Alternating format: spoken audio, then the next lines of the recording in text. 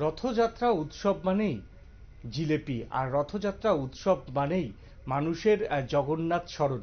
আর আমতলী এই মুহূর্তে আমতলী শ্রী গোপীনাথ আশ্রমে প্রত্যেক বছরের ন্যায় এবছরও সাড়ম্বরে রথযাত্রার উৎসব পালন করা হয়।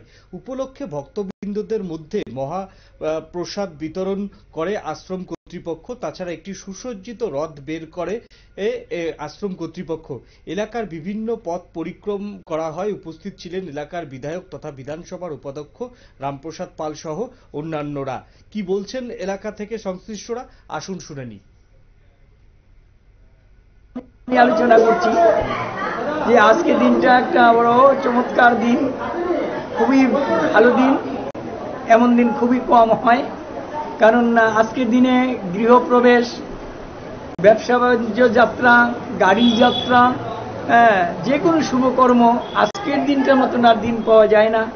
হ্যাঁ, আজকে জগন্নাথ দেবের রথযাত্রা। জগন্নাথ মানে জগতের নাথ, জগৎ রক্ষাকারী, যিনি প্রত্যেকের মধ্যে আছেন পরমাত্মা রূপে। সেই প্রভুর আজ সেই জগন্নাথ সেই এই তিথিতে এই তারিখে গিয়েছিল।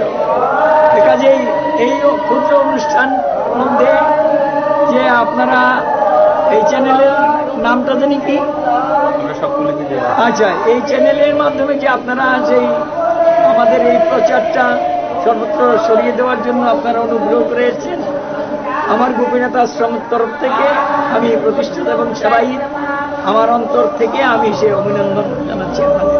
আচ্ছা, এলাকার বিধায়ক কি আজকে থাকবে? এলাকার বিধায়ক? হ্যাঁ, আজকে বিধায়ক নিমন্ত্রিত আছে। উনি প্রধান অতিথি হিসেবে ছিলেন।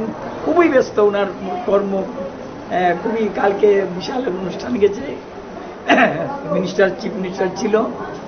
আজকে উনি আসবেন, কথা দিয়েছেন 4:45 উনি প্রবেশ করবেন।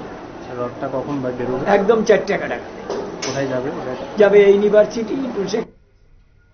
একেবারেই শুনলাম যে রথ উপলক্ষে ইতিমধ্যেই প্রসাদ বিতরণ করা হয়েছে এবং রথ উপলক্ষে মানুষের যে শুভ কাজ, সেই শুভ কাজ যাতে হয় তার জন্য আশ্রমের পক্ষ থেকে জগন্নাথ দেবের কাছে প্রার্থনা জানানো হয়েছে।